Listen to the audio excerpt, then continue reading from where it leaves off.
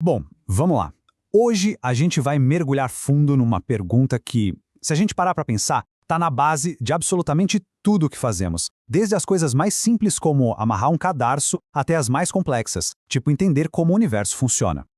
É isso? A pergunta é essa. Como é que a gente aprende? Parece simples, né? Mas a resposta, nossa, é de uma complexidade incrível. Só que ao longo do último século, a psicologia trouxe algumas respostas bem poderosas e hoje a gente vai explorar as três principais teorias que tentam decifrar esse grande enigma. Mas antes de entrar nas teorias em si, é super importante entender o ponto de partida delas, porque basicamente existem duas grandes correntes filosóficas que dão a base para tudo. De um lado, o objetivismo, que acredita que a realidade existe por conta própria. Sabe, ela tá lá fora esperando a gente descobrir. Já do outro lado, tem o interpretativismo, que defende que somos nós que construímos a realidade através das nossas interpretações. Essas duas visões, que são bem opostas, moldam tudo o que vem a seguir. Então vamos para a nossa primeira resposta, o behaviorismo. Para os behavioristas, aprender não tem nada de misterioso ou mental. É algo bem mais direto, na verdade.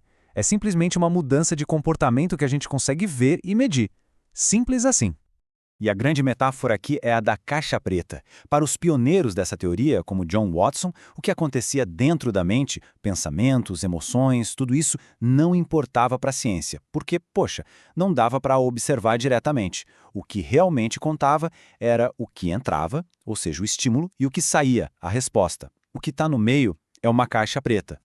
E aqui a gente vê o famoso experimento de Pavlov em ação. É a prova de como um sinal que não tem nada a ver com a história, tipo o som de uma sineta, pode acabar sendo associado a um reflexo natural, como salivar. Depois de juntar os dois várias e várias vezes, o som da sineta, sozinho, já era suficiente para provocar a salivação. Ou seja, uma nova aprendizagem, um comportamento novo foi criado ali.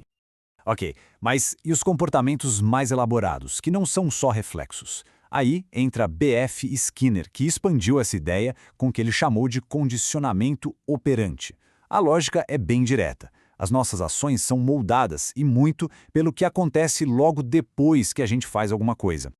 E esse exemplo é perfeito para entender. A consequência, nesse caso uma consequência boa, que é a risada dos amigos, funciona como um reforço. Isso faz com que a chance daquele comportamento, contar a piada, se repetir, aumente bastante. A gente aprende, então, a fazer mais daquilo que traz um resultado legal. Agora, vamos para a segunda teoria, e aqui as coisas mudam de figura. Lá pelos anos 60, aconteceu uma verdadeira revolução na psicologia. O pessoal decidiu que já era a hora de abrir aquela caixa preta e finalmente dar uma espiada no que acontecia lá dentro. Com isso, a metáfora mudou completamente. Agora, a grande comparação era com um computador. Com toda a evolução da ciência da computação, os psicólogos cognitivistas começaram a enxergar a mente humana como um sistema que processa informações. Ele recebe dados pelos sentidos, organiza tudo e guarda para usar depois. O primeiríssimo estágio nesse nosso computador mental é a memória sensorial. Pensa nela como uma área de transferência, que captura uma avalanche de informações do ambiente, tudo que a gente vê, ouve, sente, mas segura isso por tipo uma fração de segundo. É muito rápido. Daí, aquilo que ganha a nossa atenção passa para a CPU do cérebro, que é a memória de curto prazo, ou memória de trabalho. É aqui que a mágica acontece, onde a gente pensa ativamente sobre as coisas, manipula as informações para resolver um problema. Só que, assim como a memória RAM de um computador, o espaço aqui é limitado. E, finalmente, aquilo que é realmente importante e que foi bem processado é salvo no nosso disco rígido mental, a memória de longo prazo. Esse é o nosso arquivo gigantesco de fatos, de experiências, de habilidades. A capacidade de armazenamento aqui é, para todos os efeitos, infinita. Para um cognitivista, aprender é exatamente isso. Transferir informações para esse grande arquivo. Chegamos na nossa terceira grande resposta, que traz uma ideia, olha, bem diferente. E se o conhecimento não for algo que a gente recebe passivamente ou que a gente só processa? E se for algo que nós mesmos construímos de forma ativa? A metáfora agora é a do construtor. Para os construtivistas, cada pessoa é como se fosse o arquiteto do seu próprio conhecimento. A gente não é um balde vazio esperando ser preenchido com informação. Não. Nós somos participantes ativos, que montam o próprio saber peça por peça a partir das nossas interações com o mundo. E o ponto central aqui, segundo um dos grandes pioneiros que foi Jean Piaget, é que a gente aprende fazendo, interagindo. Quando alguém age sobre o mundo, seja montando um quebra-cabeça ou debatendo uma ideia, o mundo age de volta.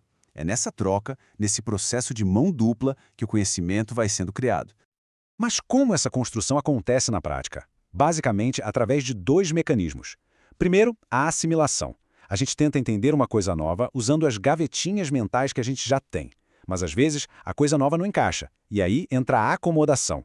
A gente é obrigado a mudar nossas estruturas mentais ou até criar novas para dar conta da novidade. É nesse jogo, nesse equilíbrio, que o nosso intelecto cresce.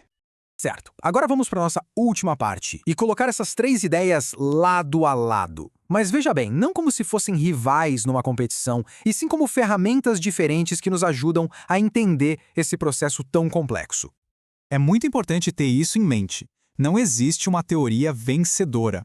Pensa nelas como se fossem lentes diferentes. Cada uma revela um aspecto do aprendizado. Uma foca no comportamento que a gente pode ver, a outra nos processos que acontecem dentro da mente e a terceira na forma como a gente constrói ativamente o significado. Juntas, elas nos dão uma visão muito mais completa e rica do todo.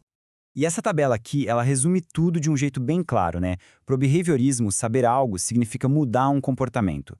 Para o cognitivismo, é ter a informação guardada na mente. E para o construtivismo, é ter construído um novo significado para algo. Caixa preta, computador ou construtor. 3 metáforas muito poderosas para tentar explicar um único mistério. E para a gente fechar, fica aqui uma provocação para pensar. Quando alguém aprende algo realmente importante, qual desses processos será que está mais presente? É a repetição e o reforço? É a organização de informações na mente? Ou é a construção de um novo entendimento ali na experiência? A resposta, muito provavelmente, é uma mistura fascinante das 3.